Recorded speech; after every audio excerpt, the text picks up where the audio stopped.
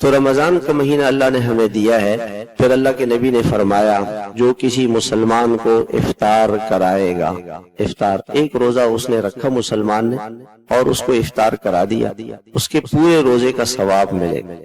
جو روزہ اس نے رکھا اس کو بھی ثواب ملا، ہمیں بھی ثواب ملا، اور اللہ تعالیٰ اس آدمی کو فرما دیں گے فرشتوں سے کہ اس کو جہنم میں نہیں بھیجنا ہے، آپ نے جہنم میں اس کو نہیں بھیجنا ہے، اس نے کسی مسلمان کو روزہ افطار کرا دیا، اور اللہ کہتے ہیں اس کے سارے گناہ میں نے معاف کر دیے۔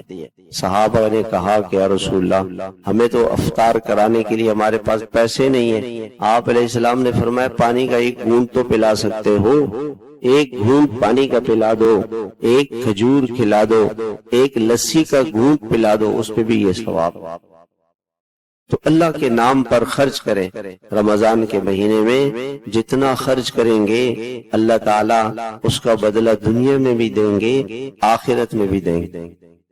حدیث پاک کے اندر آتا ہے ما نقصت صدقۃ من مال، کہ کبھی بھی صدقہ دینے سے مال کم نہیں ہوگا، اللہ اس کو بڑھاتے رہیں گے۔ اللہ کے نام پہ خرچ کریں، ہر روز اپنی عادت بنا لے، گھر میں ایک صندوقچی بنا لے اور اس میں 1 روپیہ 2 روپیہ روزانہ اس میں ڈالتے رہیں، 1 روپیہ 2 روپیہ اس میں ڈالتے رہیں، اور پھر آخر میں اس کو اللہ کے نام پہ مہینے کے آخر میں اس کو صدقہ کر دیں۔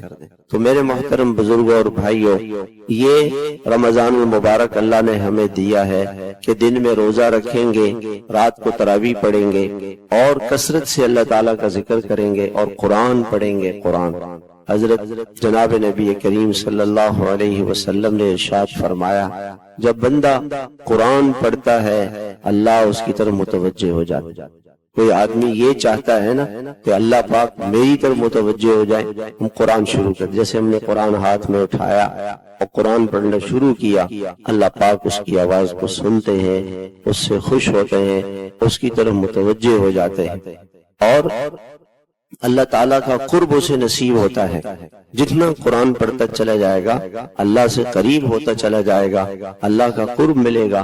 اور حدیث پاک کے اندر آتا ہے کہ جب مسلمان قرآن زیادہ پڑھے اور اسے دعا کا وقت نہ ملے تو اللہ تعالیٰ جو سب لوگ دعا مانگ رہے ہوتے ہیں اللہ تعالیٰ ان سب کی دعاؤں کو اس کے حق میں قبول فرماتا۔ یہ قرآن پڑھ رہا ہے، یہ قرآن پڑھنا۔ اس لیے میرے بھائیوں نیت کریں کہ اس رمضان المبارک میں انشاءاللہ ہم قرآن کثرت سے پڑھیں گے۔